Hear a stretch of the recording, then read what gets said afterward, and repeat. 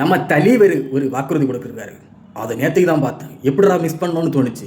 என்ன சொல்லியிருக்காருன்னா, அண்ணன் சீரா திருமணமாகிற ஒவ்வொரு பெண்களுக்கும் 1 பவுன் தங்கம் தருவோம் அப்படின்னு சொல்லிட்டு.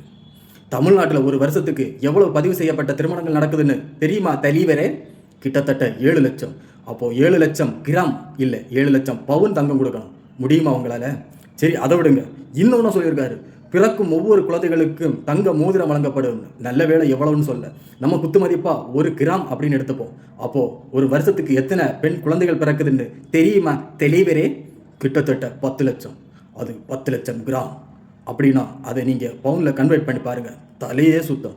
எப்படி தலைவரை இதெல்லாம் உங்களால் வாய்க்கூசாமல் சொல்ல முடியுது?